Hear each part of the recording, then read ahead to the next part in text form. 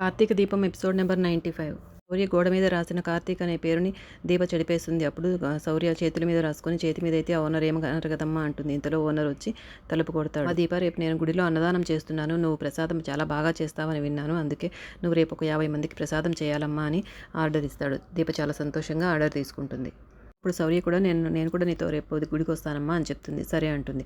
మనసులో అనుకుంటుంది, కార్తీక్ నువ్వు కూడా గుడికి వస్తావా, నేను అక్కడ గుడికి వస్తున్నాను తప్పకుండా రా అని మనసులో చెప్పుకుంటుంది. గుడిలో జ్యోత్స్నతో పాటు మిగతా వాళ్ళందరూ ఉన్నారని శివనారాయణ గారు చెప్తారు కార్తీక్. ఎందుకంటే మీ పెళ్ళికి ముహూర్తాలు పెడుతున్నారు అని చెప్తారు. అప్పుడు తప్పు చేస్తున్నావు బారు అని చెప్తాడు కార్తీక్. నేను ఇప్పుడే వెళ్ళి మామయ్య వాళ్ళకు చెప్తాను, నాకు ఈ పెళ్లి చేసుకోవడం ఇష్టం లేదని అంటాడు కార్తీక్. వెళ్ళి చెప్పు, మీ అమ్మాయి మాట ఇచ్చింది, మీ అమ్మకి ఏమన్నా అవుతుంది లేదా తర్వాత జ్యోత్స్న కూడా విషయం తాగి చనిపోతానంటుంది, 2 కుటుంబాలు విడిపోతాయి, ఇవన్నీ జరగాలంటే వెళ్ళి చెప్పు అంటుంది. సుమిత్ర, కాంచన వాళ్ళంతా కూడా గుడిలో కలిసి పూజారి గారితో ముహూర్తాలు నిర్ణయిస్తూ ఉంటారు. ఆ తర్వాత ప్రసాదాలు పంచిపెట్టడానికి సుమిత్ర గారు ప్రసాదం గిన్నె తీసుకుని అందరికీ పంచుతూ ఉంటారు. ఆ గుడిలోకే ప్రసాదం చేయడానికి దీప, శౌర్య వస్తారనమాట. శౌర్య అమ్మమ్మని చూసి, అమ్మమ్మ అయ్యి ఎక్కడ ఉంది అంటుంది.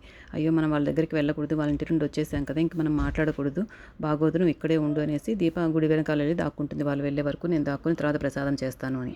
శౌర్య అక్కడ కూర్చోవడం, దీప గుడి వెనకాల దాక్కోవడం, ఇదంతా సుమిత్ర చూసేసి గుడి వెనకాలకు వచ్చి దీపతో మాట్లాడుతుంది. ఏంటి దీప ఇదంతా, నువ్వు ఎందుకు వెళ్ళిపోయావు ఇంట్లో నుండి, ఏంటి నీ కష్టం ఏంటి నాకు చెప్పు అని అడుగుతుంది. దీప సమాధానం చెప్పడానికి ఇబ్బంది పడుతూ ఉంటుంది. ఆవిడ ఎంత అడిగినా కూడా చెప్పదు. ఏమీ లేదమ్మా, ఇంకా పరాయి వాళ్ళ ఇంట్లో ఎన్ని రోజులు ఉంటామని అలా వెళ్ళిపోయాను అని చెప్తుంది. ఏమన్నావు, పరాయి వాళ్ళ ఇంట్లో నేను నీకు పరాయిదన్నా అని అడుగుతుంది. నేను నిన్నెప్పుడు నా కూతురులాగే భావించాను, నువ్వు నా ప్రాణాలు కాపాడానన్న సానుభూతే కాకుండా నీ వ్యక్తిత్వం మీద నాకు ఎప్పుడూ గౌరవం ఉంది అని చెప్తుంది సుమిత్ర. నీకు కారణాలు ఏమైనా ఉండొచ్చు, నాకు చెప్పకపోయినా పర్వాలేదు, కానీ మన నవరాల్ని తీసుకొని నువ్వు మన ఇంటికి వచ్చేసి అంటుంది. నేను రాలేనమ్మా అని దీప ఖచ్చితంగా చెప్తుంది. అయినా కూడా సుమిత్ర, నువ్వు తప్పకుండా రావాలి దీప, నువ్వు జ్యోత్స్నకి కార్తీక్కి పెళ్లి చేయాలనుకుంటున్నాం, ఈ శుభకార్యంలో నువ్వు శౌర్య తప్పకుండా ఉండాలి, లేకుంటే నాకు వెలితిగా ఉంటుంది అంటుంది. నా చిన్న కూతురు జ్యోత్స్న నిశ్చితార్థంలో నా పెద్ద కూతురు దీప ఉండాల్సిందే, నువ్వు రా దీప అంటుంది. అయినా కూడా నేను రాలేనమ్మా అంటుంది దీప.